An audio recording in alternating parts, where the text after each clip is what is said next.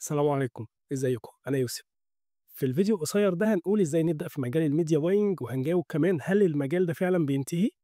أنا عايز أبدأ بده الأول وأقول لك المجال مش بينتهي وعلى الأغلب مش هينتهي دلوقتي ولكن هو بيتطور زيه زي أي مجال تاني بحكم دخول ال AI فيه.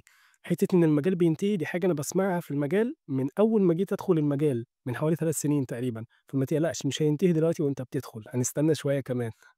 دي النقطة الأولى، النقطة التانية طيب إزاي أبدأ في مجال الميديا باينج وإزاي فعلًا أبدأ البداية اللي توفّر عليّا التوهان واللفة الأولانية؟ هتلاقيني سايب لك بوست لازمًا تبدأ بيه، ده بتاع أستاذنا عمار، هتلاقيه هو يعني كفّى ووفّى في البوست ده بمعنى الكلمة، هتاخد البوست ده واحدة واحدة كده وتسمي الله وتمشي على الترتيب اللي هو قال عليه، دي النقطة الأولى. طيب النقطة التانية لازمًا تكون عارف إن المجال ده أهم نقطة من النقط اللي هتكون فارقة معاك جدًا إن أنت تطبّق على قد ما تقدر، يعني ما ينفعش تخلّص كورس ورا التاني أو فيديو ورا التاني وأنت قاعد بتكتب أو قاعد بترتّب بس معلومات، ده مش هينفع بالمرّة، لازمًا تطبّق على قد ما تقدر، التطبيق هو رقم 1 و2 و3 أهم حاجة. تالت نقطة هتفرق معاك جدًا في المجال وهي اوعى توقّف إن أنت تطوّر من نَفْسك، لو أنت النهارده بتاخد كورس وبتطبّق فيه لمّا تخلّص الكورس مش معناه إن أنت في فترة راحة، مش معناه إن أنت كده بقيت جامد، إحنا كُلّنا بنتعلّم وكُلّنا هنفضل نتعلّم، لإن للأسف المجال ده زيه زي معظم المجالات التانية، أول ما تبطّل تطوّر من نَفْسك فيه، ده معناه إن العد التنازلي بتاعك جِه